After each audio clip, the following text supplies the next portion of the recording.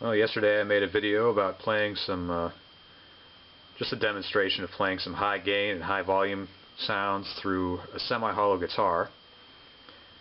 So I figured today I'd make a video about how to control feedback with them, because I think that's a big part of the reason why you don't see a lot of rock and metal guitarists using them.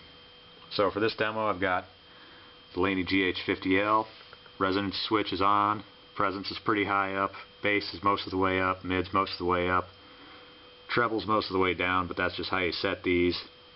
Master volume's between 2 and 3, which is louder than I would use it in a band, and both the gain knobs are above 4. So you can see I'm not skimping on volume or gain for this. And then in addition to that, there's going to be parts where I'll kick on the Black Forest overdrive, which will give a ridiculous amount of gain.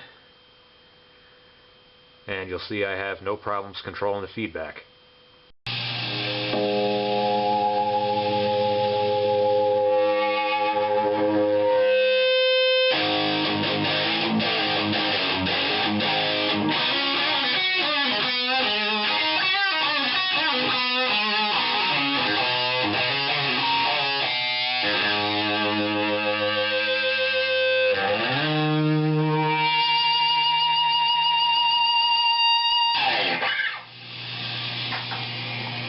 So you can see no squealing, uncontrollable feedback, and in fact the feedback turns into a nice usable part of the instrument. So now I'm just going to show you how to get the feedback down to those nice controllable levels. So first important thing here is pickups. This is an SH5 that I put in a couple months after I bought this, but I never had any problems with really squealy, uncontrollable feedback before. I just put that in for taste.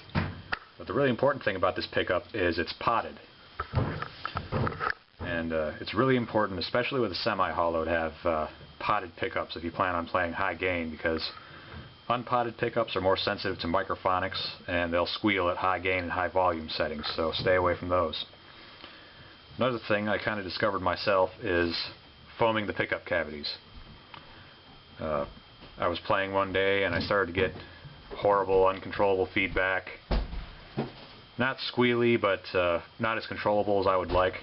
And I found that if I pressed down on the pickup bobbins, it would sort of stop the pickup from vibrating, and the feedback would turn into this nice, resonant, controllable feedback.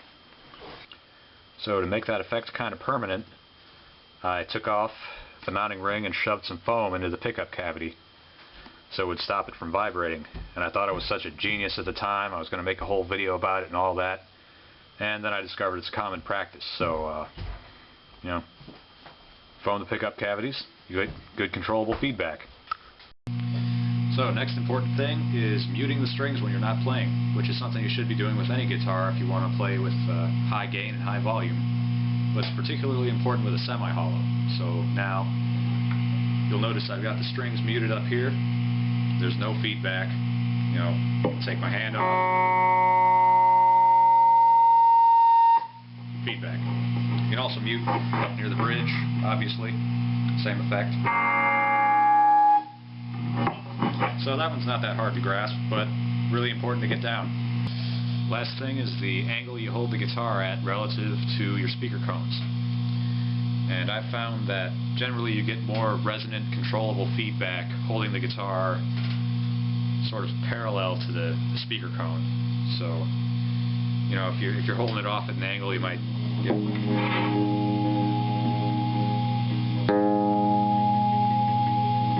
sort of more high frequency start to come out. Hold it over here.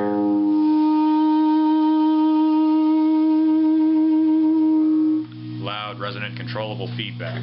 So just experiment with the angle you hold your guitar at, and you'll be able to get all kinds of feedback sounds out of it.